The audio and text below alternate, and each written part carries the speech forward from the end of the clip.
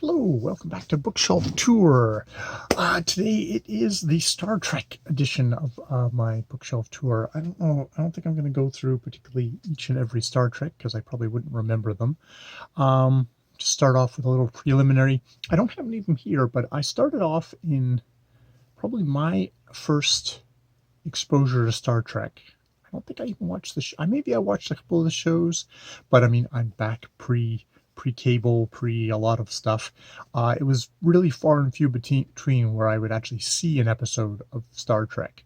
So where I got most of my Star Trek was through the books, and the school library, the high school library, had all of James Blish's novelizations of the episodes, and this was just like Star Trek 1, 2, 3, 4, 5, and it would contain, I think, a number of the episodes in each numbered volume, and so they're just very kind of straight ahead novelizations of the TV episodes. So that was like my first exposure to Star Trek.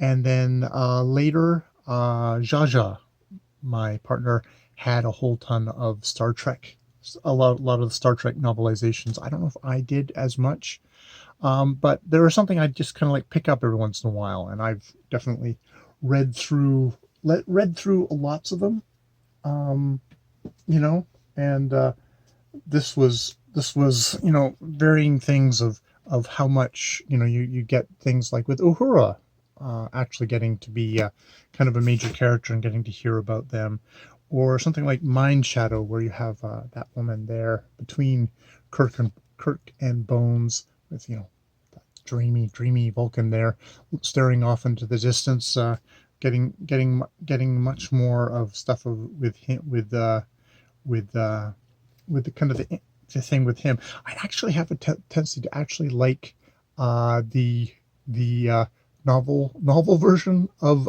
Captain Kirk much more than I do like the show or the movie Captain Kirk. He actually seems to gets a much more sympathetic depiction of him, or just like his internal dialogue, very much books that are written with his point of view in mind, with varying degrees of pulling it off. But as a Star Trek fan, I'm fine with that. You know, Final Frontier, Spock's World, which was a Diane Duane, major kind of expansion of just sort of the whole mythology around Spock and his world of Vulcan. Things that I can remember, just like kind of thriller episodes. Episodes like Yesterday's Sun, which were kind of time travel episodes. Spock going back in time, having a son, things like that. Fun ones like Ishmael, where Spock is goes. It's like kind of there's the Old West in it, I believe, and there's odd allusions to the Doctor Who universe and to Star Wars, just peppered in there, not like by name, but like anyone who's like semi carefully reading it would notice what was going on. One by Diane Duane, Doctor's Orders, where I think you get much more of Bones. The Vulcan Academy murders, where you get like sort of like mysteries. Strangers from the Sky, which I think is the is talking about like first contact of the Vulcans, the Earth and Vulcans first contact. This is pre the movies and James Cromwell's kind of James Cromwell getting to meet the Vulcans for the first time. That was pre that. Vulcan's Glory, which I believe is with Captain Pike there.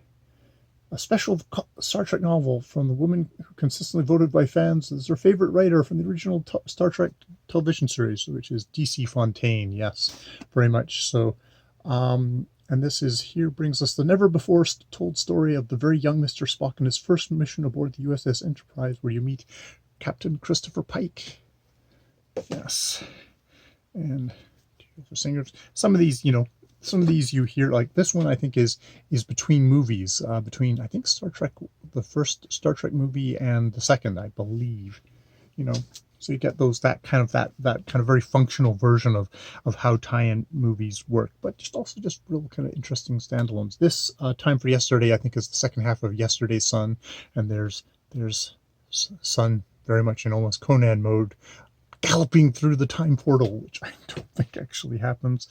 And yeah, Crisis of Centura by Brad Ferguson, which I got no memory whatsoever. So yeah, it's just kind of a fun thing of that. I'm not really into tie-in books at all, but Star Trek, Star Wars, I've done the Thrawn trilogy, the first original Thrawn trilogy, but that's all I've read of that. Now, Doctor Who's, I've never been that giant a Doctor Who fan, so I've never done all the Doctor Who novels, which I knew they also lived in novel form for many years.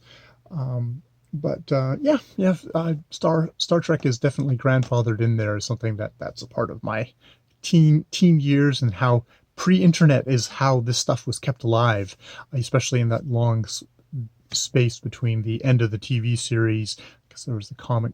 I remember the cartoon, or I watched a bit of the cartoon, and then finally the movies much later on. But that long gap in there was filled with all these tie-in novels, which there was that strong fan base that kept that alive, and also lots of writers who are willing to feed the appetite. All right, so that's my bookshelf tour for today, and we'll see where I am tomorrow with this. All right, more videos later.